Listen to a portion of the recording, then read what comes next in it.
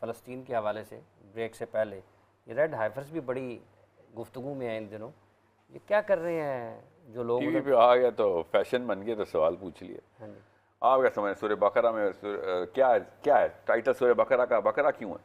مسلمان ہونے کے ناطے آپ کو سکھانا چاہیے ان کو کہ بھائی ہمیں تم سے زیادہ پتہ ہے، اور ہمیں تمہاری اس نس کا پتہ ہے جو پھڑکتی ہے تمہاری، اسپیشلی یہ جو سپرسٹیشس قسم کے جو تمہارے پادریوں نے نیا دین بنایا نا. ہمارے قرآن میں اللہ نے بتایا یہ ہے وہ قلم جو تم نے استعمال کیا اللہ کی کتاب کے اوپر، اور اب اس طرح کی حرکتیں کرتے پھر رہے ہو. مجھے تو یہ پیس اوور پہ نا ہندو اور یہودی میں کوئی فرق نہیں لگتا. پیس اوور آتا ہے دونوں کی ایک ہی سپرسٹیشن ٹریگر ہوتی ہے. بہرحال پڑھائی کریں اور پتہ کریں کہ موسیٰ علیہ السلام کا سفر جب شروع ہوا ہے مصر سے مدین تک کا، تو بیچ میں کیا واقعات ہوئے، کیا چیز تھی، کیسے گائیڈنس ان کو مل رہی تھی، انہوں نے اس کو کیسے مینیپولیٹ کیا، سامری نے کیسے ڈسٹ اٹھائی جبرائیل امین کے پیروں کی، اور کس طریقے سے اس نے بچھڑے میں جان ڈالنے کی کوشش کی.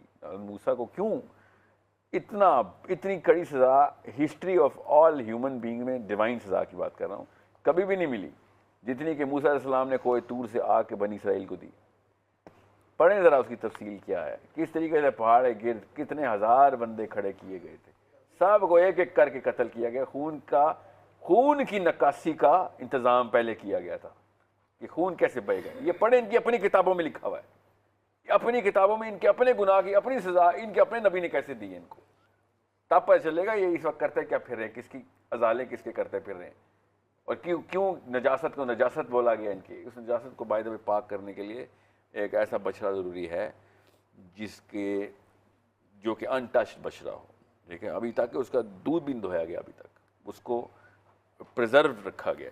وہ انہوں نے اب کرنا ہے، اس کو ذبح کرنے کے بعد، قربانی کرنے کے بعد اس کو جلا کے اس کی راکھ سے تیمم کرنے کو ایک خاص رسم ہے جو ان کی بک آف نمبرز میں ہے، توریت میں ہی آتی ہے، تناخ میں نہیں آتی. توریت کی کتاب ہے بک آف نمبرز، اس کے اندر ایک آیت ہے، اس آیت کے اندر جو احکام ہے، اس احکام کے اندر جو بچڑا ہے، اس بچڑے کے ساتھ جو معاملہ کرنا ہے نجاست سے پاک کرنے کا، تو الٹیمیٹ نجاست جو کہ اہل یہود کہتے ہیں نا، اس سے ناپاک نہیں ہو سکتے، وہ یہ کہ آپ نے کسی مردہ کو ہاتھ لگا لیا یا کسی ایسے چھت میں آ گئے جس چھت کے اندر مردہ پایا گیا ہے، جیسے کوئی جنازہ گاہ ہے تو اس میں سے گزر گئے ہیں، یا پھر ہاتھ لگ گئے، یا پھر جنازے کو کندھا دے دیا تو اس کو ٹچ کر دیا گیا. تو اس کے بعد ان کے مذہب میں کس طریقے سے اس سے پاک کرنے کا ایک ہی طریقہ ہے. اب یہ طریقہ بائی دا وے توریت میں لکھا نہیں ہوا، وہ توریت کی آیت پڑھیں، بک آف نمبرز ورس 19 پڑھیں ذرا، وہ یہ نہیں لکھا ہوا جنہوں نے بنا لیا ہوا ہے. بہرحال ان کے بھی اپنے ایک وہی نا، پھر اپنی قلم چلائی نا انہوں نے اللہ کی کتاب میں. تو اب یہ دیکھیں کیا حرکتیں کر رہے ہیں. اب وہ کیا ہوا ہے کیا نہیں ہوا وہ تو آپ انٹرنیٹ پہ پڑھتے رہیں، ہر سال یہ ایسے ہوتا ہے. اس سال فار سم ریزن اس لیے ہائی ہوا ہے کیونکہ 10th پیس اوور ہے، 10th time they going to sacrifice. جیسے پروفیسی 10th کی تھی، بینجامن نیتنیاہو بھی تیسری دفعہ پایا جائے گا. آخری ہے according to the prophecy of this rabbi کہ بینجامن نیتنیاہو نے مسیح کو دینا ہے ہینڈ اوور. اتنا قریب ہے مسیح ان کا according to one of the rabbis, اس لیے کچھ زیادہ ہی ہائپ پکڑ گیا یہ والا معاملہ.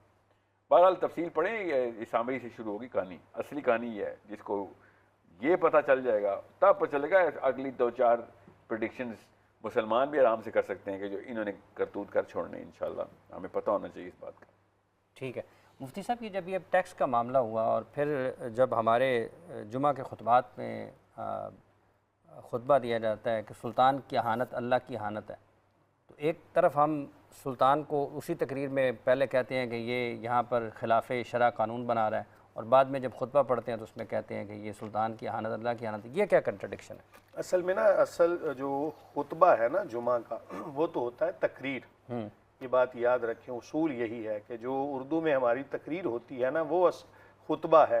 لیکن چونکہ کچھ چیزیں ایسی ہیں کہ جو شریعت اسلامیہ سے جس طرح ہمیں ملی ان کو اسی طرح اپلائی کرنا، اسی طرح ان پر عمل کرنا لازم ہے. انہی میں سے ایک عربی کا خطبہ ہے جمعہ کا، کہ وہ بعض نے یہاں تک لکھا کہ وہ 2 رکعت کے قائم مقام ہے. یعنی جو آپ نے خطبہ پڑھنا ہے نا وہ، اور 2 رکعت جمعہ کی، تو یہ ایک مکمل طور پہ نا ایک عبادت ہوگی. تو بعض نے یہاں تک لکھا کہ جس نے عربی خطبہ نہیں سنا تو اس کے جمعہ کے حوالے سے بھی سوالیہ نشان ہے. قطع نظر اس کے کہ اس نے کس طرح سنا ہے. بہرحال یہ ایک علیحدہ موضوع ہوگا. بتانے کا مقصد یہ ہے کہ اصل تو ہے کہ سمجھانا. جو اردو میں تقریر ہوتی ہے نا وہ اس کے اندر ہم تمام تر وہ باتیں کہ جو روزمرہ معاشرے کی ہیں, مسائل ہیں, لوگوں کے حلال و حرام کے حوالے سے ہیں. اسی طرح میں تو یہ بات کہتے ہوئے بالکل ہچکچاتا نہیں, میں تو کئی جمعہ جہاد کے موضوع کے اوپر پڑھائے ہیں, میں نے کئی جمعہ فلسطین کے حوالے سے پڑھائے ہیں, میں نے کئی جمعہ کے جو میرے خطبات ہیں. یہ جو ایک لائن بیچ میں بولی جاتی ہے کہ سلطان کی اہانت اللہ کی اہانت, میں اسی طرف آ رہا ہوں کہ جو عربی کے اندر خطبہ ہے نا وہ اسی طرح جس طرح رسول اللہ صلی اللہ علیہ وآلہ وسلم سے ہم سنتے آتے ہیں نا اسی طرح ہمیں آگے ڈیلیور کرنا تاکہ سنت پر عمل ہو جائے اور اس کے اندر کسی قسم کا کوئی شبہ نہ رہے. تو اس سلطان کی اہانت اللہ کی اہانت ہے کہ جو سلطان اللہ تعالیٰ کے حکم پر کاربند ہو, رسول اللہ صلی اللہ علیہ وآلہ وسلم کی شریعت پر مکمل عمل پیرا ہو. تو جب وہ رسول اللہ صلی اللہ علیہ وآلہ وسلم کی شریعت اللہ تعالیٰ کے حکامات سے روگردانی کرے تو ایسے سلطان کی پیروی جائز نہیں ہے اسلام کے. تو پھر ہمیں یہ پڑھنا چاہیے کہ نہیں پڑھنا چاہیے؟ بالکل پڑھنا چاہیے. میں کیوں کہہ رہا ہوں کہ نہیں پڑھنا چاہیے؟ تو پھر جب ہم ایک مرتبہ تقریر جب کر رہے ہیں تو ہم کہیں جی کہ ہمارے حکمران جابر ہیں, فاسق ہیں, ظالم ہیں, اور جب ہم عربی میں بات کرنے میں ہے تو ہم کہیں جی ان کی اہانت اللہ کی. رسول اللہ صلی اللہ علیہ وآلہ وسلم کا جو فرمان ہے جس طرح ہے اس کو ویسے ہی آگے ڈیلیور کرنا یہ بھی تو لازم ہے نا. کہ کریم آقا علیہ الصلوۃ والسلام نے جس طرح فرما دیا اس کو ویسے ہی کریم آقا علیہ الصلوۃ والسلام نے فرمایا کہ من کاذب علی متعمدا فلیتبوأ مقعدہ من النار, او کما قال کہ جس نے جان بوجھ کر مجھ پر جھوٹ باندھا وہ اپنا ٹھکانہ جہنم میں بنا لے. اور پھر یہ بھی بلغوا انی ولو آیہ, یہ بھی چیز سامنے ہونی چاہیے کہ جس طرح تم رسول اللہ صلی اللہ علیہ وآلہ وسلم کے فرامین لیتے ہو اسی طرح آگے ڈیلیور کر دو. امام بخاری علیہ رحمہ, امام مسلم ہے, امام ترمذی, امام ابن ماجہ, جتنے ائمہ ہیں ان سب نے جس طرح حدیث سنی اس کو ویسے ہی آگے ڈیلیور کر دیا, قطع نظر اس کے کہ وہ حدیث سے حکم کیا آگے اخذ ہو رہا ہے. یہاں تک کہ صحابہ تو اس قدر احتیاط والا معاملہ کرتے ہیں کہ حضرت ابو ہریرہ رضی اللہ تعالیٰ عنہ آپ نے آخر زمانہ میں وہ حدیثیں بیان کی آگے کہ حضور نبی کریم صلی اللہ علیہ وآلہ وسلم کا فرمان ہے کہ جس نے جان بوجھ کر علم کی بات کو چھپایا کل بروز قیامت اس کے گلے کے اندر آگ کی لگام پہنائی جائے گی. تو جو حدیث ہو اس کو ویسے ہی آگے ڈیلیور کرنا یہ بھی علماء کی اور جو بھی اس فن کے ماہر ہیں ان کی ذمہ داری ہوتی ہے. تو اسی ایمانداری کے ساتھ وہ آگے ڈیلیور کر دیتے ہیں. اسے کالر لیتے ہیں, ایک کالر لینے پہلے.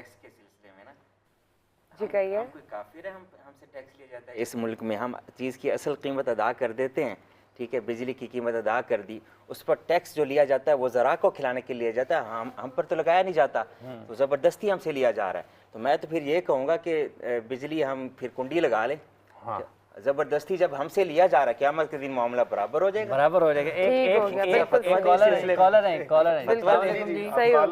جی جی السلام علیکم. وعلیکم السلام. السلام علیکم. جی فرمائیے. جی میں وجیحہ وقار بات کر رہی ہوں کراچی سے. جی جی میرا سوال ساحل ادیم صاحب سے.